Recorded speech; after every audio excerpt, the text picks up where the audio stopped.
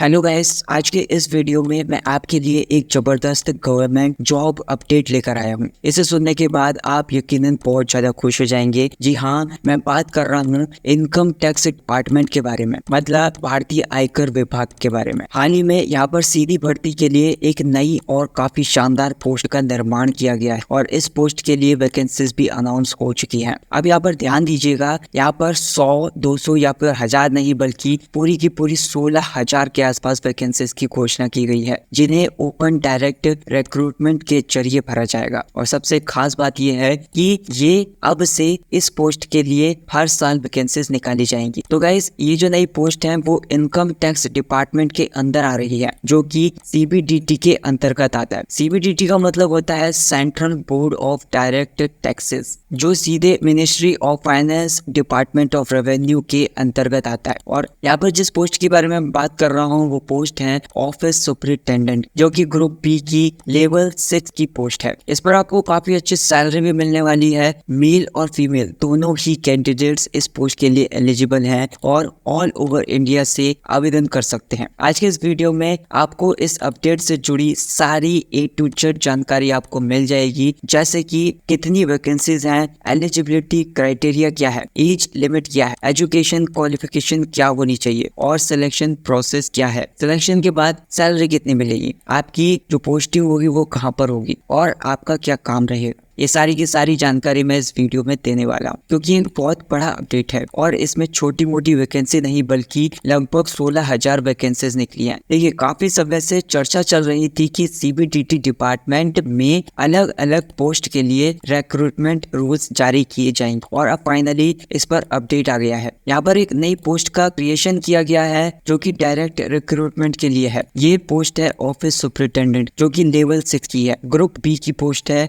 ये काफी बड़े लेवल की पोस्ट है, क्योंकि ये central board of direct taxes के अंतर्गत आती है। ऑफिस सुपरिटेंडेंट का हिंदी में मतलब होता है कार्यालय अधीक्षक। इस पोस्ट के लिए टोटल 15,977 वैकेंसीज हैं, मतलब 15,977 वैकेंसीज खाली हैं अब तक। तो इसमें से 70% वैकेंसीज डायरेक्ट रिक्रूटमेंट के जरिए भरी जाएंगी और 30% जो वैकेंसीज होंगी वो प्रमोशन के माध्यम से भरी जाएंगी। जो सीधी भर्ती होंगी, मतलब जो डायरेक्ट रिक्रूटमेंट होंगी, उसके लिए अभी फिलहाल 11,183 वैकेंसीज खाली हैं और प्रमोशन के लिए 4,793 वैकेंसीज भरी जाएंगी और हर साल वैकेंसीज घटती बढ़ती रहेंगी। तो गाइस, अगर मैं अभी सैलरी की बात करूं तो इस पोस्ट के लिए शुरुआती सैलरी करीब 25,000 से 70,000 रुपए महीना होगी, मतलब 67,000 तक लगभग हो सकती है, जो लगभग 70,000 के आसपास होती है। जब तक आप रिटायर नहीं हो जाते, आपकी फाइनल सैलरी लगभग 1,90,000 तक जा सकती है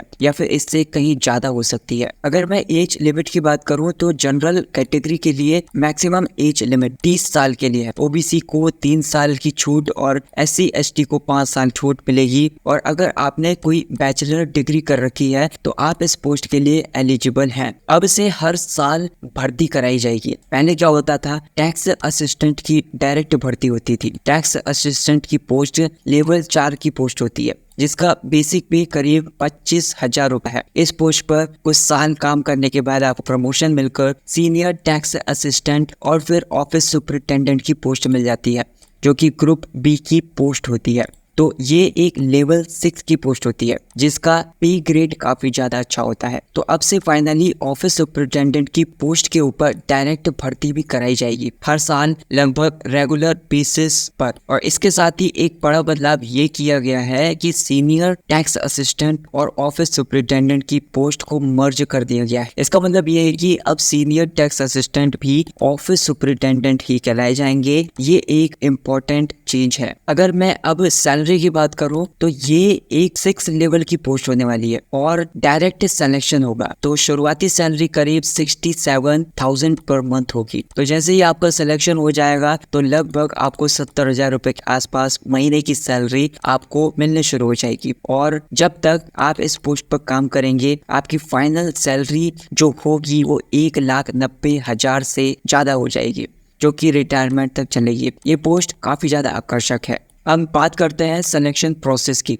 तो इस पोस्ट के लिए हर साल वैकेंसीज निकालने की जिम्मेदारी एसएससी की होगी। एसएससी इस भर्ती को कंडक्ट कराएगा। ये भर्ती एसएससी सीजीएल के तहत कराई जाएगी। टैक्स असिस्टेंट की पोस्ट भी सीजीएल के अंडर ही निकलती है। सीबीडीटी और सीबीआई डिपार्टमेंट के लिए भी टैक्स असिस्टेंट की वैकेंसीज निकाली जाती है। पहले सीजीएल के अंदर ऑफिस सुपरिटेंडेंट या फिर सीनियर टैक्स असिस्टेंट की पोस्ट नहीं थी, लेकिन अब ये पोस्ट सीजीएल के तहत भी शामिल होगी। ये पोस्ट सब इंस्पेक्टर के बराबर होती है, जिसका पे ग्रेड भी समान होता है। सिलेक्शन प्रोसेस जो होने वाला है वो 2 स्टेज में होने वाला है। स्टेज 1 में 4 सब्जेक्ट होंगे: general intelligence, reasoning, general awareness, quantitative aptitude and English comprehension. इसमें टोटल 100 क्वेश्चंस होते हैं और 200 नंबर का ये पेपर होता है। इसमें 0.50 मार्क्स की नेगेटिव मार्किंग भी होती है। टीयर फर्स्ट क्वालिफाइंग नेचर का होता है। अब टीयर सेकंड में मैथ और रीजनिंग से 30 क्वेश्चंस, इंग्लिश से 45 क्वेश्चंस और जनरल अवेयरनेस से